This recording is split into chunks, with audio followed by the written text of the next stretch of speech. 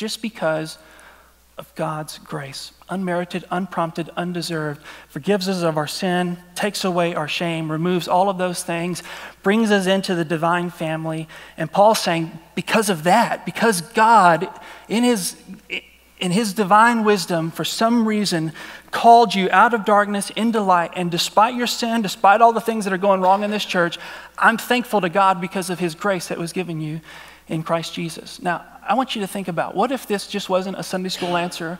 What if that truth wasn't just something that you kind of intellectually, okay, yeah, I've been given grace, but what if that actually informed the way you think about your calling? What if that actually changed the way you think about your future as it relates to your calling? So that your confidence for the future isn't based on your performance.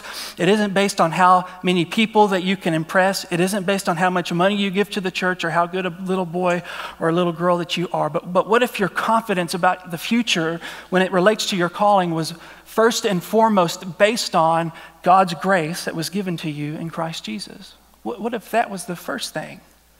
So did you look out into the future and you think about all of the challenges and all of the things that I may or may not can do? You're reminded that God has given me grace so I can be thankful for the past. I don't have to be insecure. What if grace informed the way that you think about other people? Like the Apostle Paul, what if God's grace informed the way that you think about your spouse? Instead of thanking God for your spouse first and foremost because of the amount of money they bring to the table, or the amount of romance they bring to the bedroom, or the amount of expertise they bring to their spousal duties, what if you were thankful for your spouse first and foremost because of the grace of God that was given them in Christ Jesus? And that you were reminded, if God has given you grace, because he gave you grace in the past, I can have confidence that despite all the problems and despite all the things that I don't like about you, God is doing something in your life, therefore I can give thanks. What if it informed the way you think about your spouse or your kids? Those of you who have children, what if you were proud of your kids just because? They didn't have to do a certain amount of chores. They didn't have to get a certain grade on their report card. You were just thankful, and your kids knew that you were proud of them first and foremost because of the grace of God that was given them in Christ Jesus. What if the culture of grace was primary in your home before anything else? Before a culture of expectation or a culture of performance, you had a culture of grace when it relates to your spouse or those dating relationships that you're in or those friendships that you have or the relationships with your kids. What if as a church that we had a culture of grace before we had a culture of anything else? It would revolutionize the way we think about the future as it relates to our calling. You know, the church people are weird, okay? You know? There's a lot of reasons why you wouldn't like a church person. First off, maybe they don't think this, but you get the vibe that they think they're better than you. Just because you're a church person, just because you come to church doesn't automatically mean that God cleaned up your life. Church people still lie. Church people still steal. Church people still gossip. Church people still say things that are mean. In fact, some of the meanest things I've ever heard in my life have come from church people.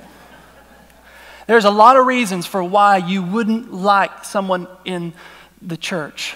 But for Paul and for us, what if you gave thanks to God for every single person in this church, not because they deserved it, not because of the amount of money they give or the amount of contribution that they bring, but because of the grace of God? What if in this church we had a culture of grace before we had a culture of service or expectation or correction or accountability? That's what Paul's saying, that everything else has to flow from this culture of grace, that we give thanks to God for the grace that he's given us in the past. And therefore, we can have thanks. Therefore, and despite all the challenges and despite all the mess, and believe me, church is messy, but in spite of all of the problems, we can say, I'm thankful. I'm thankful because God has given us grace. I'm telling you, that would revolutionize the way you think about the future in your marriage and your relationships with your kids and in this church.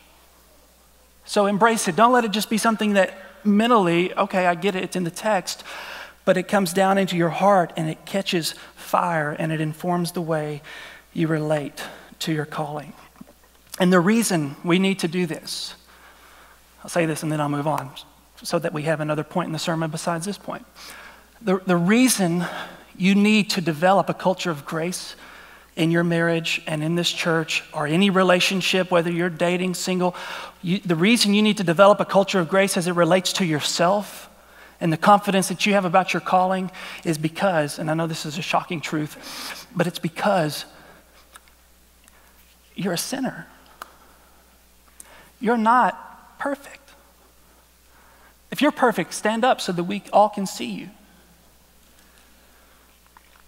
Let me tell you this. You're going to do things that are going to disappoint you to your core. You're going to do things that make you wonder, who am I? You know the person that you married is not a precious little princess angel. She or he is a sinner. So lower your expectations for your spouse. Don't idolize them. Don't pretend as if you don't need grace in your marriage because we're all primed up and perfect. You married a sinner. Therefore, you need to develop a culture of grace. Otherwise, you'll be hopeless when it comes to the future as it relates to your relationship. Because you're going to screw up. You're going to do things that you hate about yourself, and your spouse is going to do things that you hate about them. But despite all of the problems, you can say, I thank God for you because of the grace of God given you. We're going to sin in this church. Do you know your pastor? The fact that he's from Roby, Texas proves to you he's a pretty wicked sinner. I've done things that I look at and I say, I don't even recognize you. I don't even recognize that man. I'm a sinner, and I'll disappoint you, and you'll disappoint me. Your Sunday school teacher's going to disappoint you, but you listen, the grace of God can make us thankful. It can make us hopeful and confident as it relates to our calling. So give thanks for God's grace. But also,